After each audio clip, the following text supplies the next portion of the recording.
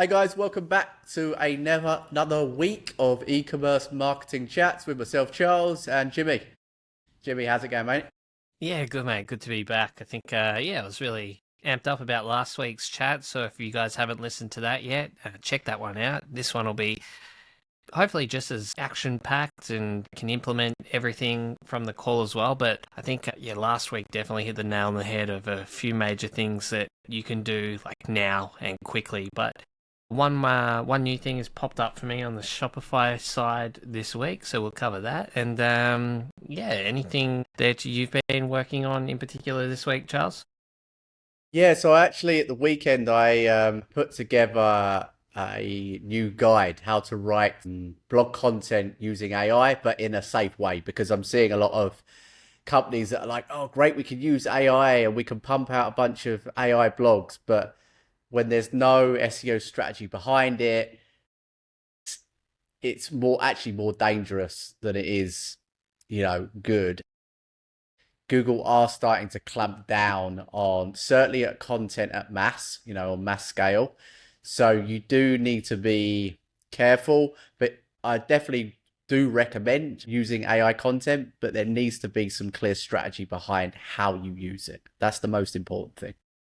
Yeah, So yeah, I I put was that actually together. having this discussion today, mainly around the changing of product descriptions with the AI. It's like you can't just take the description and get it to rewrite it in AI. I mean, you can, but you really need a solid prompt to highlight exactly what you want to get out of that description, and tailor it for play on people's emotions. If they're reading it, they should want to buy this product. There's a few prompts out there around product descriptions. Charles, I don't know if you've come across any good ones, but I think rather than just this is for clients that have manufacturers descriptions. The question that I got asked, should we use a manufacturer's description or just straight from AI? I said, well, if you had to choose between the two, I'd be doing straight from AI, but that's still not ideal either. You want to, you can't just cut and paste it over and say, hey, AI, rewrite this for me. You really need to give it some guidance, some prompts, the outcome that you want from it, which is to rank for certain keywords for that particular product,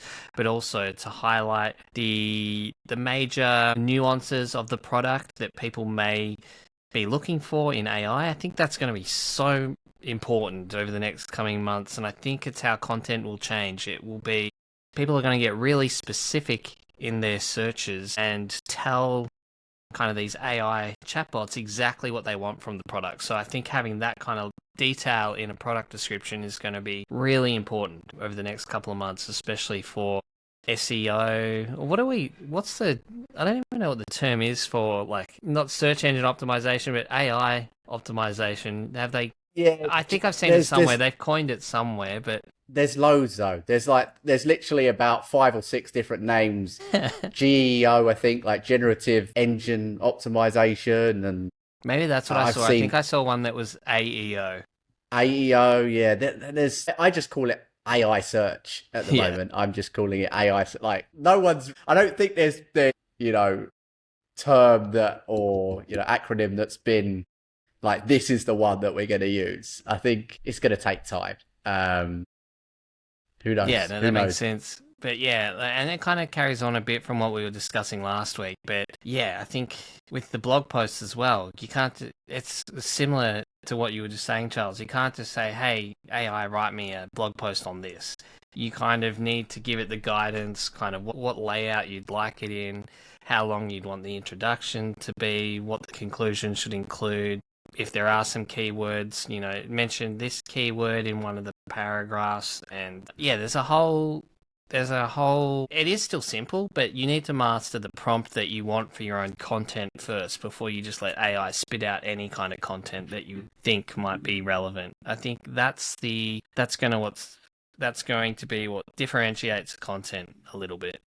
Yeah, I mean, even this morning, I spent an hour just on one AI blog post where I was converting one of my clients' videos to a blog, and I was going through and adding a number of different things from internal links, so pointing through to relevant collection and product pages, telling the client where we should be including images, obviously optimizing the meta title and description, cutting out one of the biggest things that ad does when it writes content. I don't know if you notice, it does this like long Yeah, dash, M which is dash. a I was clear, actually looking it up this week. I was yeah, thinking the exact same thing, and I discussed this today as well. That's so funny about the M dash being in content, because I was saying I don't even know where the M dash is on my keyboard, but in yeah. all No, AI this was content, it exists. Yeah. So, I mean, that's the first thing I would do. There's actually, I'll put it in the show notes. There's actually a tool where you can copy and paste your AI content, and it will basically humanize it. So it will remove those kind of long dashes and yeah, supposedly make it so that it's not as detectable to Google. So that's something to also add in terms of your kind of content editing process. But it's not simply like, let's just, you know, 5 minutes, create an article and then put it on the website. Because that's just, it's not going to go anywhere, especially now with Google using AI overviews. They're going to be only showcasing and citing the very best sites. Like if they're already providing you with the answer within search, they're only going to really cite the very best articles and name those. That's going to mean really in-depth quality articles, you know, personal insights, you know, data that's unique to that particular topic. So yeah, there's a lot you can do to kind of take the AI content framework and then kind of supercharge it so that it's got the best chance to rank in Google. Yeah, I've discussed this previously as well, but I still think the longest part of the content is the formatting part. Like what you said, adding the links, adding the media, the images, the video snippets, whatever you need. But yeah, that the layout of it, adding a table of contents, like all that stuff just takes time. It takes longer than, once you've got the prompt that you need for the content, the AI will spit out the content and then you've just got to proofread and edit it. But yeah, the formatting of it takes a long time. I was also reading today as well that there's some tools. Apparently, the AI spat out content has hidden characters in it, like for almost a signature for the AI to Yeah. recognize it. Yeah, I also So read that. I read Yeah. there was tools that can take them out as well. Um, yeah, I haven't tested it yet, but if I was writing content, I'd probably throw it in one of those tools as well, just to take out any of those hidden characters too. Yeah, I mean, it's just, yeah, it's a small step. Given the fact that you can now create, you know, a really comprehensive piece of content in a matter of minutes, yeah, I think people are maybe getting a little bit lazy with their content creation.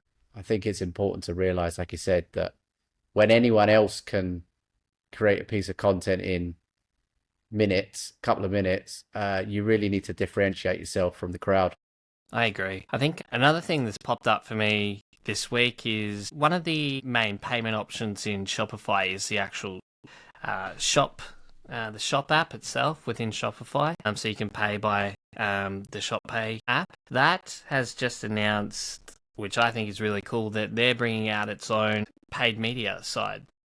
You'll be able to pay to show your products in I think the I Shop heard Pay. this. Yeah, But interesting. what's interesting, and it is released right now, but it's only released in America and Canada. So if you're in those two markets, I would highly recommend that you test it now. One, because you're not actually paying per click.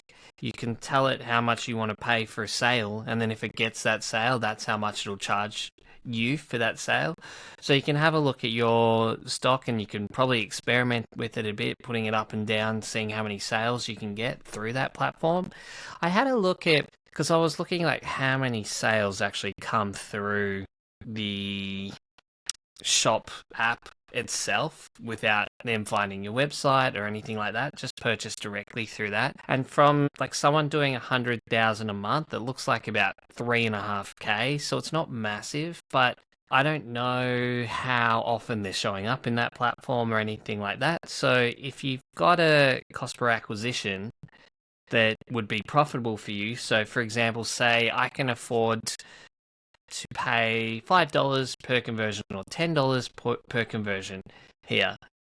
You put that into the platform and then they only charge you, regardless of how many clicks that you get, they only charge you when you make that sale. So Google did used to have something like that in place. You used to be able to pay for the actual conversion itself. I preferred the pay-per-click model, but it'll be interesting to see how it goes. And because it's so early, that's usually where you can get a foot up on everyone else. So again, if you're selling into the Canadian market and you've got a Canadian site, or you've got a US site and you're selling into the US market, I would be testing. If you're listening to this now, I would pause the video, go onto your Shopify store and get this set up now because if it is a little gold mine, it's not going to take very long for you've probably got 2 or 3 months head start on everyone else before basically everyone else starts jumping onto it, especially if they are able to generate you the sales at the cost per sale that you're looking for. And while there's no one hardly advertising on this, they're going to be sending you the majority of the traffic if you're one of the first movers. Because potentially you might be one of only a few advertisers that are even on there at the moment. So it's definitely worth looking into more. That also involves fixing up your storefront, because you can customize what it looks like. You can have your navigation menu sorted out. You can have your top collections. So if you haven't gone into the shop app at all, I would recommend going in there and optimizing that part. It's like its own little website for your store on basically the Shopify shop app network. It's just another marketplace where you can place all your products. And we were talking about marketplaces pretty extensively last week. You want to put your products in as many marketplaces as you can to give yourself the best chance of getting AI recommendations for particular products as well. So it's just another marketplace that you can put your products. Also, when you think about it, imagine the amount of data that Shopify have on products. So I think it just makes sense for them to have their own, paid media hub where people can advertise. I think it's a good move for Shopify, and yeah, I'm really curious to see what the early results are like for advertisers that are advertising on the ShopPay kind of network. Yeah. Search really is becoming more omnipresent, certainly in terms of, like I said, the different marketplaces, Shopify, Google as a marketplace, ChatGPT. It's looking at it, yeah, certainly multi-channel. Obviously, looking into the data and seeing still where the majority of your traffic and sales come from, and doing a kind of 80-20 rule on most of your attention on what's kind of moving the needle currently, but still keeping in mind that these new channels are, if you can get in early as well, it's a real good opportunity to get ahead of the competition. But yeah, you guys are lucky in the US and Canada. Yeah, it always gets released. Anything Google's AI mode. There's like an experiment going on where I think only people in the US can use it at the moment. The good thing about it for other countries, especially for people like us, Charles, that aren't necessarily in the US but have US clients, we can test it over there on their sites, Yeah. and then as soon as it's like majority of my clients are Australian, so I will have had kind of some experience in it already with how it works. I find that the Australian businesses are much slower on the uptake for that kind of thing. So once I've tested it and it's ready to release here, you can just go instantly and give your clients that kind of head start. But yeah, I think you should do everything you can to try to get into those beta programs for tester. For example, on the Google Merchant Center, I find the clients that have what they call exceptional quality stores, they get access to the early features so much earlier. So the newest one that's just been released in the Merchant Center is the branding part of the Merchant Center, and even now only 2 of my clients actually have access to it. But basically you can upload videos from your social media that Google will post out other places as well. You can just add some extra content. So any additional real estate, I always action that quickly, because if you can get additional real estate anywhere, it just means potentially more traffic to your store, more eyes on your brand. And I think honestly, it's the difference between, you can tell the difference between the brands that take action quickly and that don't, because you can see it in their sales numbers. And I've got an email going out tomorrow to all my clients about the major changes that are coming through. One, to set up the Microsoft ads. Two, to think about your product descriptions in terms of what it's going to look like when people are searching for your products on AI and what the nuances are in your products. The email also details what we're talking about right now around Shopify releasing their own platform where you can essentially advertise. So if you don't already have the Shop app up and running, I don't see any harm in setting it up. Sometimes some people don't like the kind of the Shop Pay button that it puts on your website, but I haven't found it to be an issue. You can take it off as well if you want to with some additional coding, but I find my own buying habits, I'm using the Shop app. So I don't like to use my own shopping habits as a benchmark, but I kind of see it as either if I'm doing it, then it's probably the start of a trend, or if it's not already an established trend. And yeah, I have been using ChatGPT for e-commerce purchases. So I still think Google have a stranglehold in terms of, I think ChatGPT will really grab the people that aren't like instantly, that aren't looking for, the best deal or sales. Be like, yeah, that product's perfect, I'll go through and purchase that. Where the Google network is such a price comparison network, people are always looking for the best deal on there. I find, at least I am anyway. If I can save a couple $100 just by doing 2 minutes of research, I will. So I think the AI definitely, and I think people that are using AI at that level anyway, they're probably pretty in tune to what's happening in the tech world at the moment, if they are using AI at that level for research. So yeah, different customer at the moment, but I think the AI platform is about to become pretty mainstream. I mean, I was teaching my nana how to use it on the weekend, and she was mind blown. So I don't like, when you see your grandparents experimenting with it, you're like, okay, this is coming, and it's coming hard, and it's coming fast. So Yeah, I think most people are just probably not aware of it. I think just because we're so, within kind of what we do for work, we're constantly looking for the latest updates. I would say, even me personally, I'm still using Google when I'm searching for products. And I know that certainly like my family, mum and dad would be still using Google. They're starting to use ChatGPT.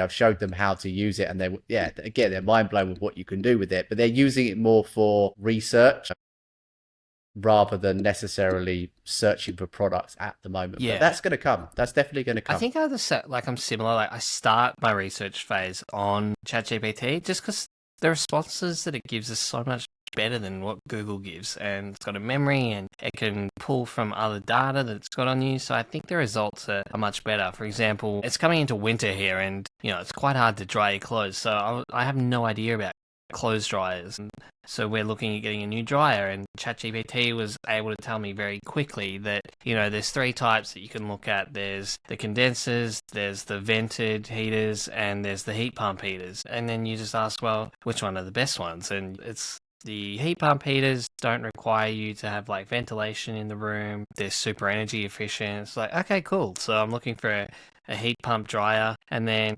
it's asking ChatGPT, which I couldn't do this with Google. I was like, okay, I want to put it on the bench, and this is the depth of the bench. I've got like 55 centimeters to work with here. Show me the products that would fit within those dimensions.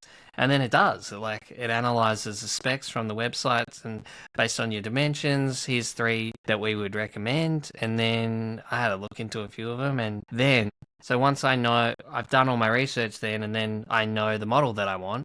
So and then I go to Google and try to find the best price. Whereas that's why I said people that probably aren't interested in finding the best price and just want the best product, that ChatGPT, they would have just been like, okay, great, I'm just going to buy this. So yeah, it's You're right. You're getting people at the different part of the buyer journey, and ChatGPT is more like a shopping assistant versus Google, which is like, okay, I already have a rough idea what I want. Therefore, let me just search for it and buy it. I think that's probably one of the major differences, isn't it? Yeah, I think the top of funnel is going to become less important on Google. Like when people bid for just generic words because you're paying and they're trying to do the research. Whereas things like AI is just going to replace that need for top of funnel because you can just do the research there and then you can go find something that you want for the price that you're looking for. But And I think, oh, you go, Charles. Sorry. no, I was going to say, I think that's where, Google need to speed up their process of integrating, AI function into the search, because otherwise they're going to get left behind. And they've still got the bulk of the traffic. I was doing a bit of analysis last week where I found this Looker Data Studio template, and it basically showed you how much traffic came from organic search versus AI search versus organic social media. And based on looking at a number of my clients, still the vast majority of traffic comes from like traditional organic definitely. SEO. But when you look at the percentage increases of how much traffic ChatGPT was getting over time, it was like significantly higher. So it's still very, like I said, it's still very, very low in comparison. But then that may be different compared to different industries. And it's also worth noting that I have not integrated any, AI search strategy yet into my client campaign. So I think that percentage that you're talking about, I personally think it's going to hockey stick as soon as they open up this ability to be able to upload your product feed into ChatGPT, because I think it will then add the part that's missing for bargain hunters where they'll be able to do a price comparison on the AI search as well. I think Google's got a stronghold on the price comparison side at the moment, but if ChatGPT open up this avenue for all store holders to basically put in their product feed, I think that's gonna change, and that's where Google's got it good. Their merchant center, they've got so much product data, which I also think Shopify have an even better product data because they've got all of it, whether you give Google the feed or not. They've got it all sitting in their database. So I think the shop app will definitely compete there too. So I think you're going to see a shift. Definitely, I think websites, you'll be less reliant on websites definitely on the next 18 months. But yeah, I think the ChatGPT searches are going to explode. I think the shop app's going to be used a lot more, especially people are paying to show up there.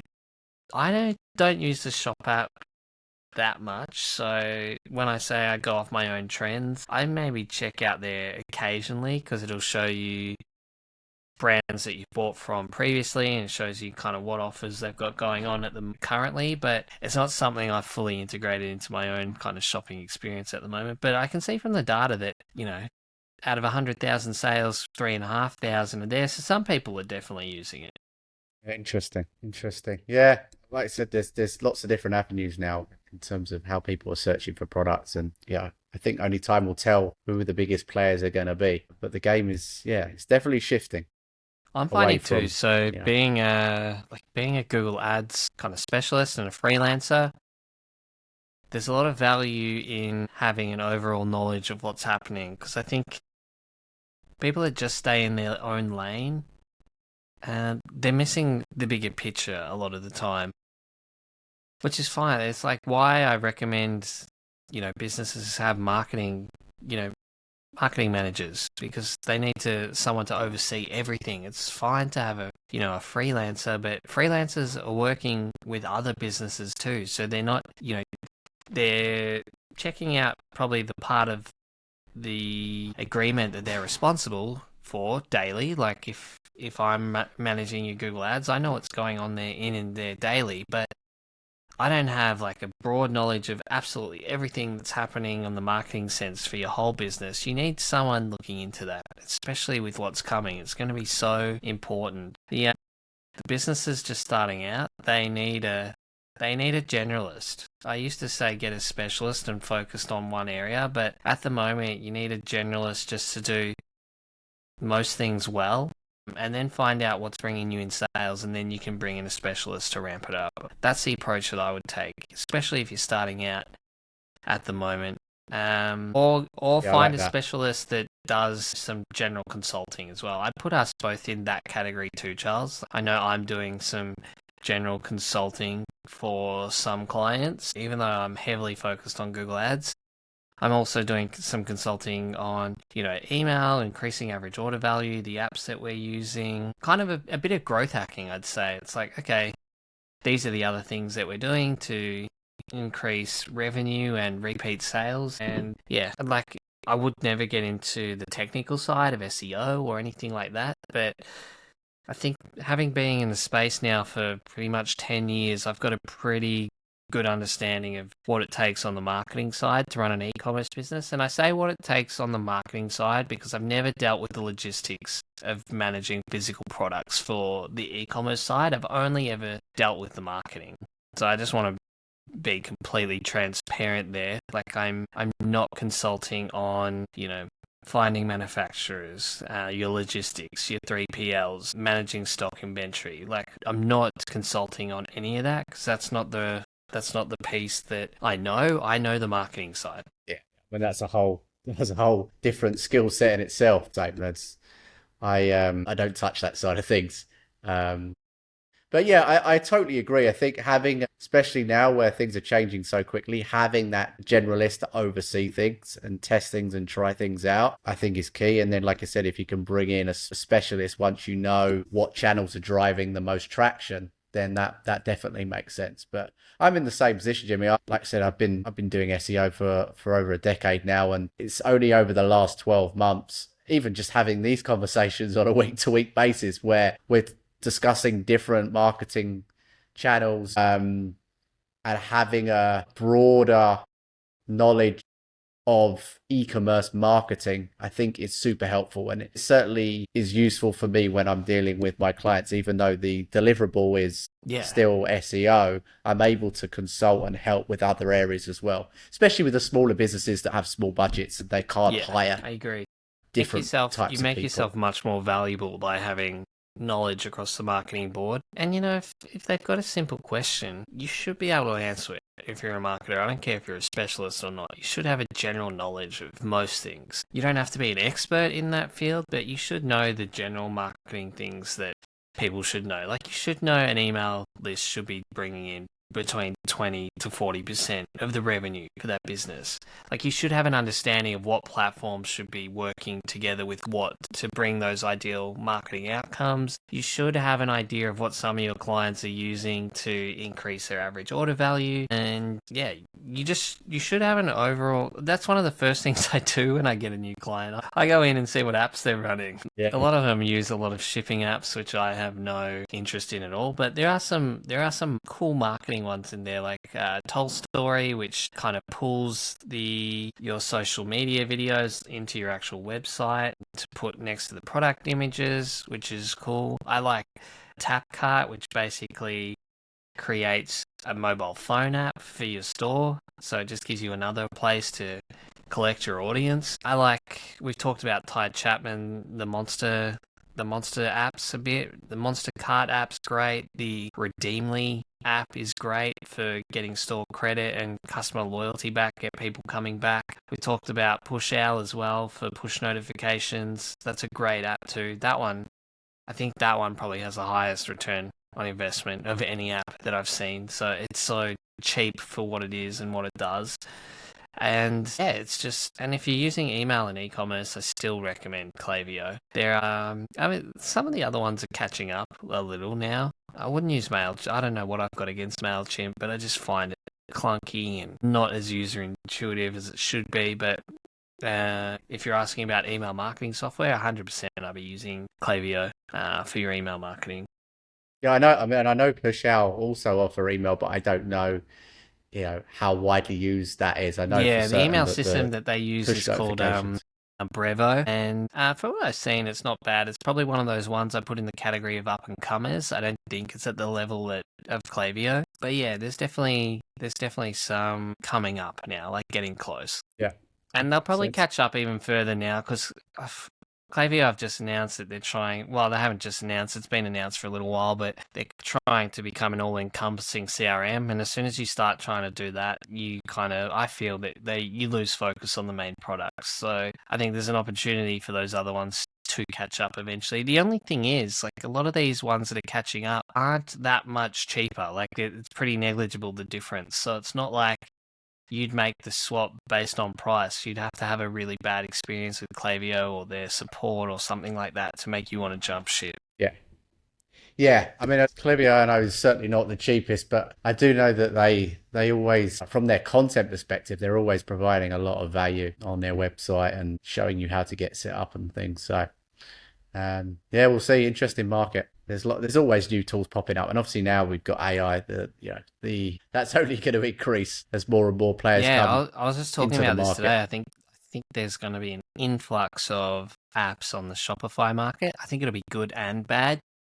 I think it'll be good in the fact that the good ones that are created are going to rise to the top quite quickly, but I think the marketplace is going to be flooded with a lot of apps that are just rubbish. So Yeah, yeah. There's going to be a lot of yeah, crap. but Yeah, for sure. I think it's going to unearth some like really good apps, and I think it's going to bring down the price of apps in general because people will be able to build these so quickly now. So the apps that are charging kind of some of these apps are charging like $1,000 a month for the expensive ones.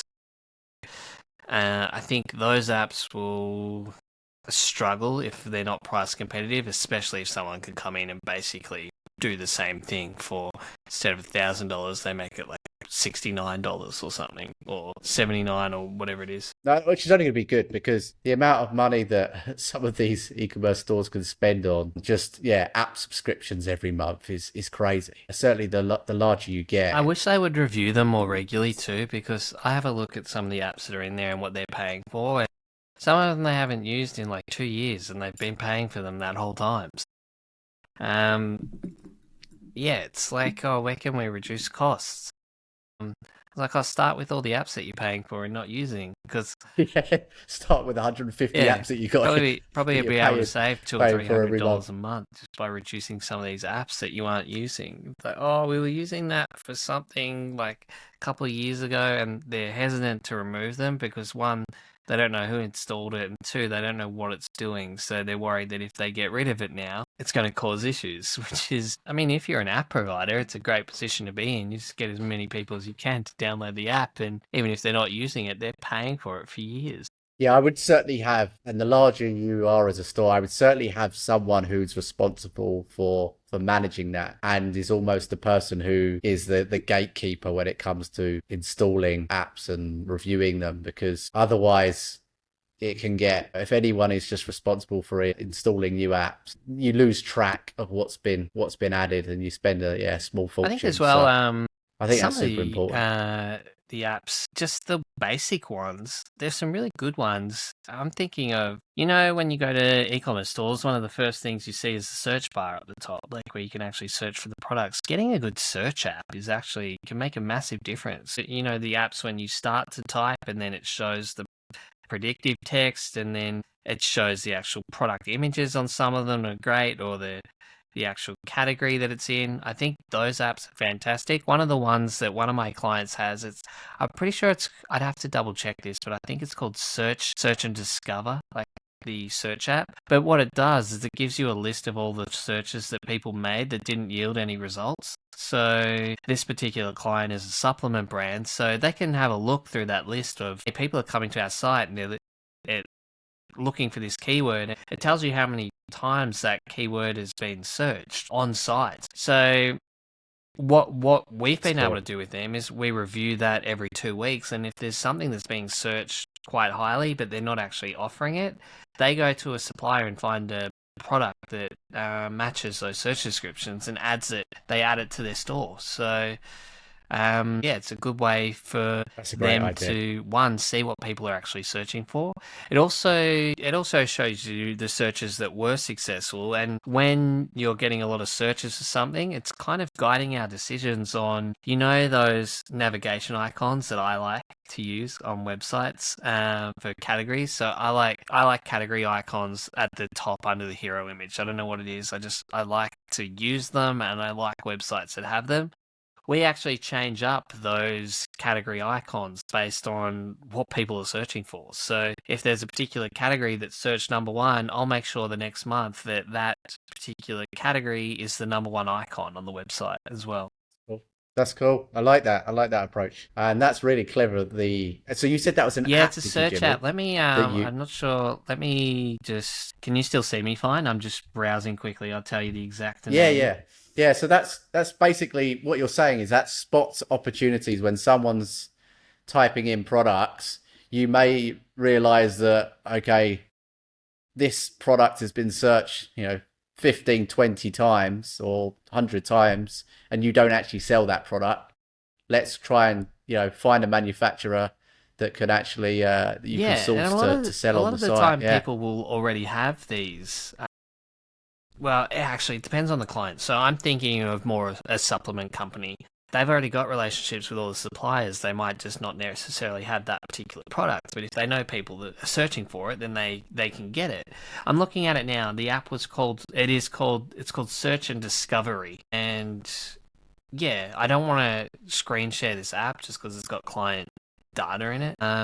But Charles, I might give you a showcase of it after the call, just so I can show you what I mean. Because I think depending on what your clients are using, it could be helpful as well, especially being in the kind of accessory space. I think it's really good for those clients too. Yeah.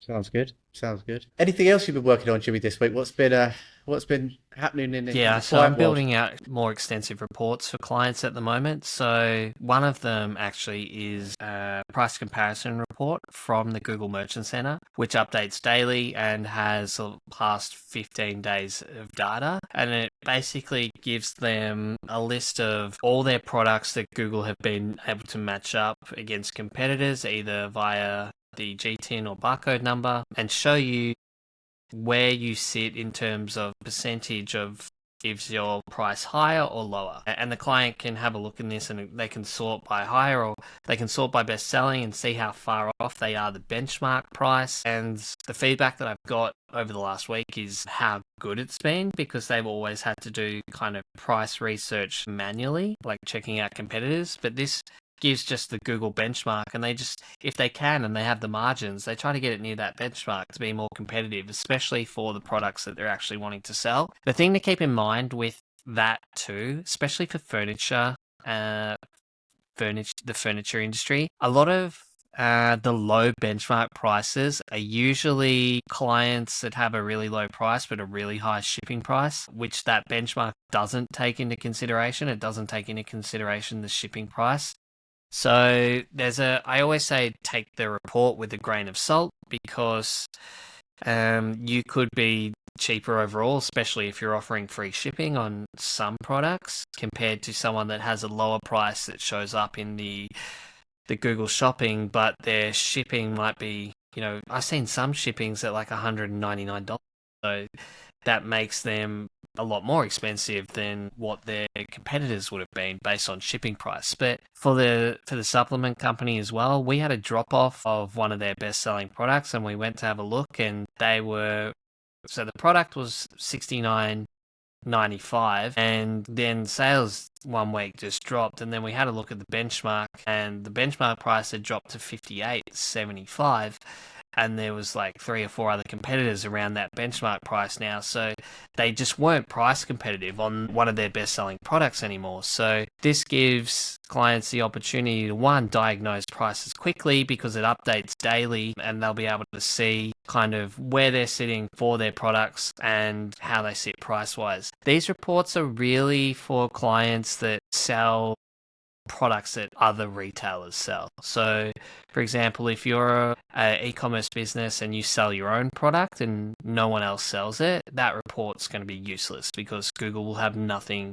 to benchmark that exact product against because it does benchmark exact SKUs. It's not a guess and kind of a generalization. Say you were selling face cream or something like that. They're not comparing it against other face cream products. They're comparing it against the product with the exact same barcode. So yeah, it's more, but Yeah, makes sense. they're the clients I work with. I work with kind of retail stores that sell a lot of other people's products or products that other businesses would sell, which is why it's always quite competitive, and it's why I have to make decisions that are highly data-based, because you don't necessarily have, I would say, the luxury of brand. But it's also why some media buyers come to me and they've got a lot of problems with how much brand traffic is showing in their Google Ads account. I don't have that problem as much because the brand isn't actually the brand of the product, if that makes sense. So, for example, Yeah. like a brand like Yeah. Nike would be getting a ton of brand traffic through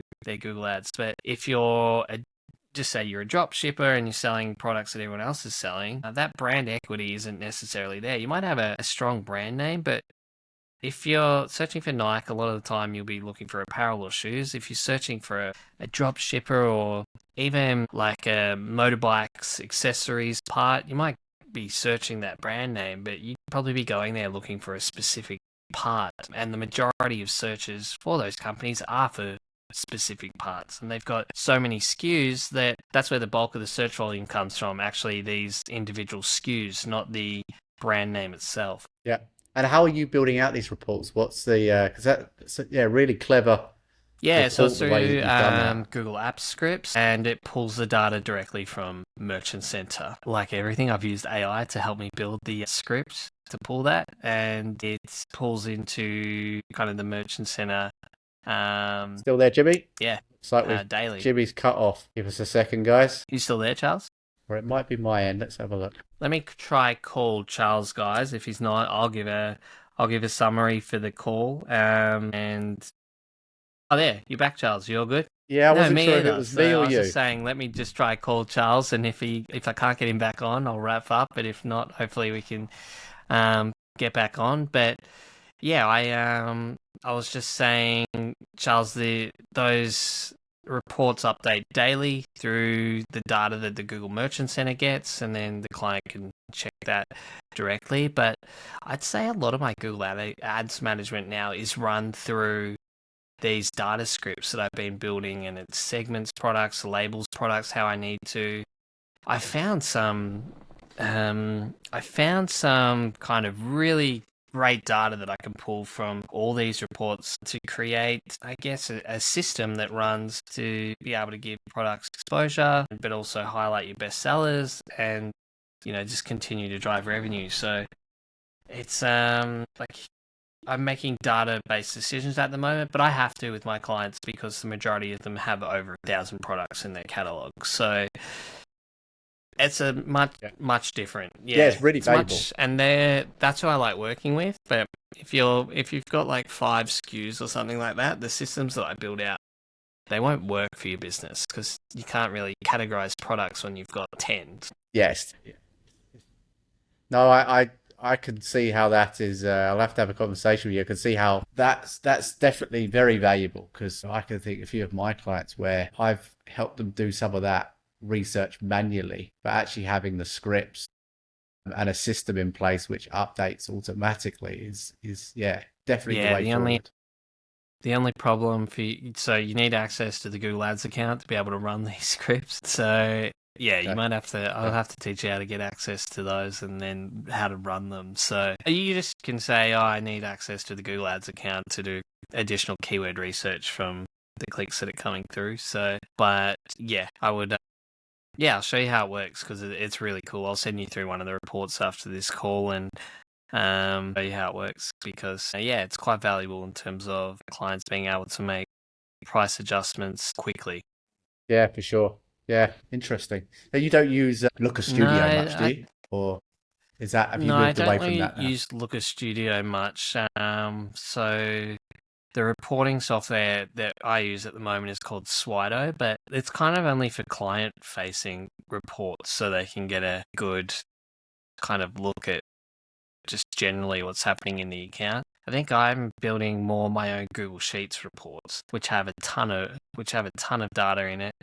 I don't, unless the client's requested it, I don't send those reports to the client. It's just overwhelming, and one, I don't want to explain it. But I am building out taking a course at the moment that will be able to turn those Google Sheets into like a little SaaS that the client could use, and the data would be much more presentable. So that's kind of the next iteration that's coming for my clients. But yeah, there's a lot happening on the back end for the data stuff at the moment. But I think the priority is getting all my clients on Microsoft, like we spoke about last week, to give an additional data point for the AI recommendations, because I think that's going to explode over the next 6 months. Cleaning up the meta titles the meta fields, and updating your description to really highlight the nuances of your products. I think some brands do it really well, but I think some factories or wherever you're sourcing your products from have horrible descriptions, and like so many people use them that you're much better off just writing your own. It's going to give you the leg up. Yeah, I think from what I'm seeing with product descriptions, a lot of the time, not only is it copied and pasted from the manufacturer, but it's just way too long and it just doesn't look good on the page. I think if they were to just, take that description and make a newer version in AI and make it a more presentable, conversion focused product page, actually it performed far better. Whether you're using, a simple thing you can do is you'll use that kind of Arcadian style kind of drop down, almost like their kind of FAQs where you click on it and it gives you more information. That is a much better way to present a product description than just have literally I've seen 6, 7 paragraphs of text, and it just takes up way too much space, especially with mobile as well. Mobile is more important these days than desktop, given the amount of users and sales on mobile versus desktop. Definitely, I think mobile's just taking over today. Oh, well, taking over. It has been for probably the last, I don't know, 6 or 7 years. I reckon the tipping point happened to that long ago. But I find I like to do research on my mobile, but I don't know, it's just me. I like to, especially if it's a big purchase, I like to do it on my desktop. I don't know why, but yeah, I think I'm moving towards my mobile even more than I have been over recent years too. Yeah, it depends where I'm on. Like, for example, over here in Malaysia, there's a couple of big marketplaces, Lazada, one in particular, Shopee as well. And usually they're app based. So you would purchase through a mobile. But I'm the same. Sometimes I prefer to use my desktop to make purchases and just so I can, I don't know, easily see the page. I don't know what it is. Maybe it's just we're showing our age or something, Jimmy. What's on for you this week, Charles? On for client side, what's the focus? So I've got a couple of things. I've got potentially I've got to do a new proposal. I've been working with a global e-commerce store, and they want me to put together a proposal to potentially work with those guys after I've done an initial audit. And then still, just really working through a lot of kind of focusing on content strategy. So AI content strategy and how we can incorporate more of that and get, content pages ranking using AI rather than having to use copywriters. Many of my clients want to save money on that front, but I keep stressing to them the importance of we need to do this the right way. So yeah, there's a little bit of education involved there. And I want to really, and I'm the same with you, Jimmy, after our conversation we had last week, really want to press a few of my clients to get on the Merchant Center Microsoft and get that sorted so that they can start showing up for ChatGPT searches. And so a bit more focus on the big it's been a while Microsoft since I put side any of things. Decent thought into that, but I can just see it. Well, one, the clients should just be on there if they can get free traffic. It makes sense to at least be there, but especially if it's going to provide an additional data point, it's they've got nothing to lose by being on there. It's not going to cost them anything, but it could potentially bring them an additional, I don't know, 3 to 5% traffic potentially. I don't know, but yeah, those are all those little things that they do start adding up quite quickly. Sure, And sure. I think that's me for this week. Unless you've got anything else, Charles, that's popped up for you this week. No, I'm sure I've got a few things that we can maybe discuss next week. Yeah, I think we'll wrap Sounds things good. up If you today. guys want any or have any additional questions, check us out at Shopify Marketing Secrets on Facebook, and be sure to drop us a subscribe on this channel. I haven't checked how many we're at recently, Charles. Have you? Hopefully more than 10. Oh, we're at a grand total, I think. Oh, there you go. 14 That's better than 10. I'll subscribers. take that. So Oh, if you're one of those 14, appreciate you a lot. And if you are one of those 14, I haven't heard from you either in the Facebook group. So if you want additional support or additional help, jump in there. And yeah, we're more than happy to offer you some additional support in that group, especially in the early stages as well. So thanks for tuning in, guys, and we'll catch you next week.